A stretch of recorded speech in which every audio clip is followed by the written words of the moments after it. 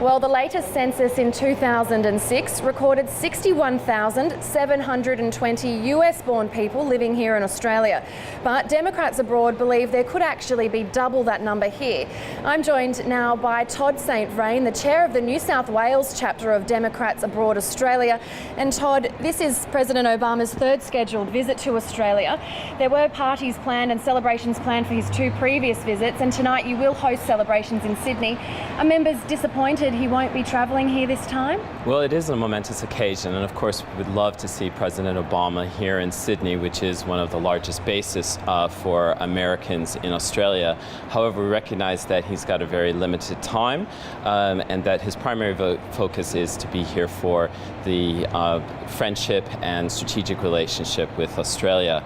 One of our members was so excited that she actually tried to organize a caravan to go up to Canberra, and I think she drove up on her own to spot the president.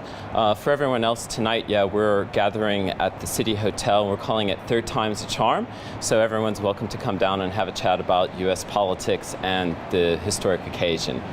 Because these voters abroad do actually play quite a crucial role in the election, especially for next year's election. That's right. We estimate that there are over 5 million Americans living abroad.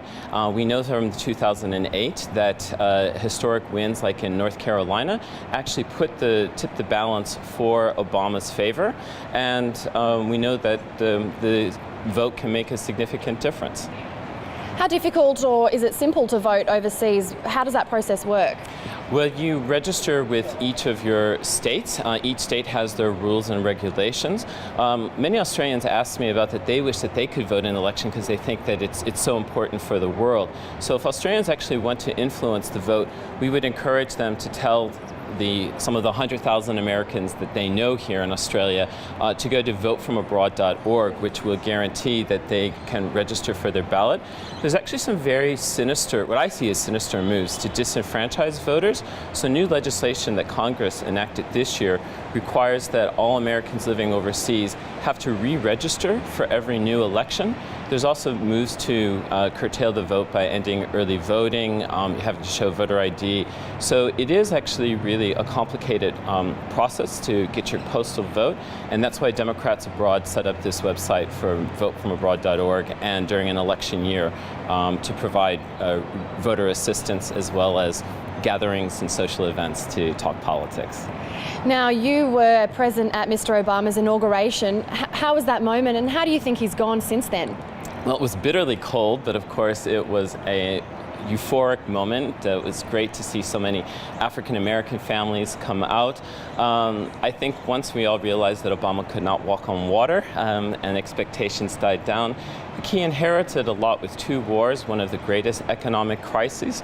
He's introduced healthcare reform, an initiative that we would expect here in Australia.